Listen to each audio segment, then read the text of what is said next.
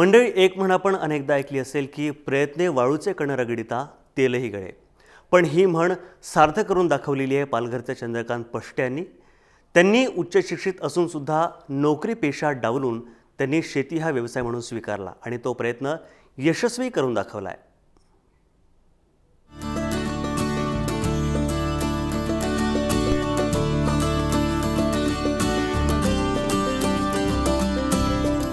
वाडा तालुक्यातील निचोळे हे चंद्रकांत पष्टे यांचं मूळ गाव. पीजे हायस्कूलमध्ये शिक्षकाची नोकरी सोडून त्यांनी शेती व्यवसाय करण्याचा निर्णय घेतला. सुरुवातीलाच त्यांनी आपल्या शेतात आंबा, चिकू, नारळ अशा फळझाडांची लागवड करून शुभारंभ केलाय.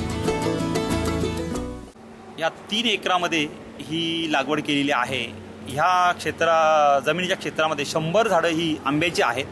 त्याच्यानंतर 25 ते 30 झाडं नारळाची असतील आणि 15 ते 20 झाडं ही चिकूची लागवड केलेली आहेत. आणि जी झाडं खराब झाली आंब्याची किंवा नारळाची, त्या जागी आता पुन्हा मी एक 50 ते 55 झाडं अशी नवीन नारळाची टाकलेली आहेत. त्याच्यासाठी एकूण कशा पद्धतीने तुम्ही लागवड केली व आत्तापर्यंत किती खर्च झाला? प्रथम ज्यावेळेस लागवड केली, ही लागवड करताना शासकीय यंत्रणेमधून ही झाडं मी घेतली, आमच्या कृषी विभागा वाडा यांच्याकडून, आणि त्यांच्याकडून पूर्ण मला सहकार्यसुद्धा मिळालं. ज्यावेळेस ही लागवड केली मी आंब्याची, त्यावेळेस पूर्ण ड्रीप केलं होतं आणि त्याच्यासाठी शासनाकडून जी पूर्ण मदत मिळत होती, ती ड्रीप इरिगेशनची पूर्ण मदत मिळून ही पूर्ण झाडं या ड्रीप इरिगेशनमध्ये मी करून घेतली. चंद्रकांत यांची 2.5 एकर शेती नदीलगतच आहे. त्यामुळे त्यांनी नदीच्या पाण्याचा उत्तम वापर करत आर्थिक समृद्धी साधली आहे. त्यांना आतापर्यंत 25 लाख खर्च आला असून 1.5 ते 2 लाख निव्वळ वार्षिक उत्पन्न मिळत आहे.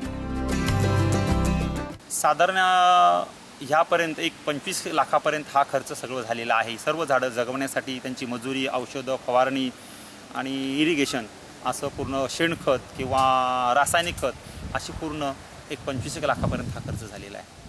सध्या तुमचा माल कशा प्रकारे निघतो? किती उत्पन्न आहे तुम्हाला? सध्या जर विचार आपण केला तर तसं काय फार वाईट उत्पन्न नाही, चांगल्या प्रकारचं उत्पन्न आहे. पण निसर्गाचा कधी कोप आला, झाडं कोलमडली किंवा रोगरागे आली तर मात्र नुकसान होतं. पण फवारणी किंवा योग्य मार्गदर्शन, तंत्रज्ञान योग्य वापरलं, फवारणी व्यवस्थित केली तर चांगल्या प्रकारचं कमीत कमी मला 2-2.5 लाखाचं उत्पन्न दरवर्षी हे अगदी डेफिनेट मिळतं.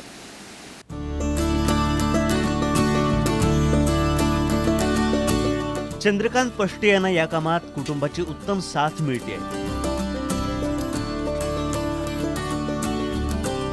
आणि फळ विक्रीसाठी बाजारपेठ सुद्धा जवळच उपलब्ध झालेली आहे. त्यामुळे त्यांनी घेतलेल्या निर्णयावर ते स्वतः आणि कुटुंबही खुश आहे. पवन शेलार, जय महाराष्ट्र, वाडा.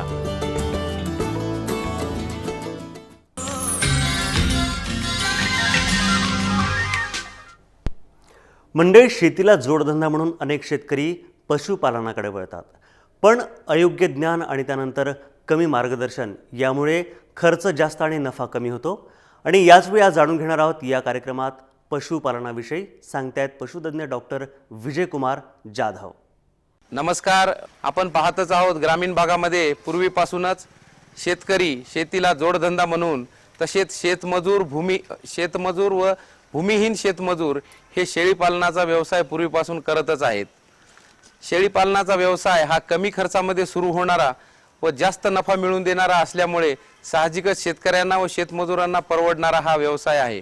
तसेच सोबतच दुष्काळी परिस्थितीमध्ये सुद्धा आपण शेळीपालन सहज पद्धतीने करू शकतो. म्हणून शेळीपालन हा धंदा ग्रामीण भागातील शेतकऱ्यांसाठी व शेतमजुरांसाठी फायदेशीर ठरत आहे. कारण जसं आपण पाहतो, भारतामध्ये जगाच्या 20% शेळ्यांची लोकसंख्या उपलब्ध असून याच्यामध्ये दरवर्षी 3% वाढ होत आहे. प्रामुख्याने भारतामध्ये शेळीच्या 20 जाती उपलब्ध असून त्या मांसासाठी तसेच दुधासाठी वापरल्या जाऊ शकतात. जर शेळीचा व्यवसाय शेती करणाऱ्या शेतकऱ्यांनी जोडधंदा म्हणून आचरणात आणला तर त्यांना सलग वर्षभर उत्पादन मिळण्याची हमी आहे. कारण एखाद्या करडापासनं जवळपास 6 महिन्यात 20 किलोचा करड झाल्यावर 4,000 पासून 5,000 रुपये मिळकत मिळते. तसेच याला विशेष अशा घराची किंवा खर्चिक घराची आवश्यकता नाही. सोबतच शेळीच्या खाद्यावरचा जो खर्च आहे तो नगण्य असल्यामुळे यातील फायदा जास्त आहे. तसाच येथील कृषी विज्ञान केंद्राकडून मी सर्व शेतकऱ्यांना असा सल्ला देऊ इच्छितो की सध्या दुर्गम परिस्थितीमध्ये आणि दुष्काळाच्या परिस्थितीमध्ये शेतकऱ्यांना शेळी पालन किंवा शेळी व्यवसाय हा अतिशय फायदेशीर ठरणारा व्यवसाय आहे. शेळींची उस्मानाबादी ही जात मराठवाडा, महाराष्ट्र तसेच भारतातील शेतकऱ्यांसाठी मांस उत्पादनाच्या संदर्भामध्ये एक नवीन ते आशा सांगता येतील की उस्मानाबादी जेव्हा विते तिचे 2 व 2 पेक्षा जास्त करड देण्याची संख्या जी आहे ती 50% पर्यंत आहे. सोबतच मांसाची जे दर्जा आहे उस्मानाबादी शेळीच्या मांसाचा दर्जा हा उत्कृष्ट असल्यामुळे ते मांस रुचकर व स्वादिष्ट तसेच चविष्ट असल्यामुळे बाजारात त्याची मोठ्या प्रमाणात मागणी आहे. तसंच ही शेळी अतिशय प्रतिकूल व दुष्काळी परिस्थितीमध्ये जगते. सोबतच शेतकऱ्यांना तसेच शेतकऱ्यांच्या घरी असणाऱ्या महिला व बालकांना पण ही शेळी सांभाळायला चरायला नेण्यास सोपे असल्यामुळे उस्मानाबाद शेळीची जात महाराष्ट्र व भारतामध्ये प्रसिद्ध होत आहे. धन्यवाद. आणि या शेती सल्ल्याबरोबरच निरोप घेण्याची वेळ झालेली आपण पाहत राहा जय महाराष्ट्र, थेट, अचूक, बिनधास्त.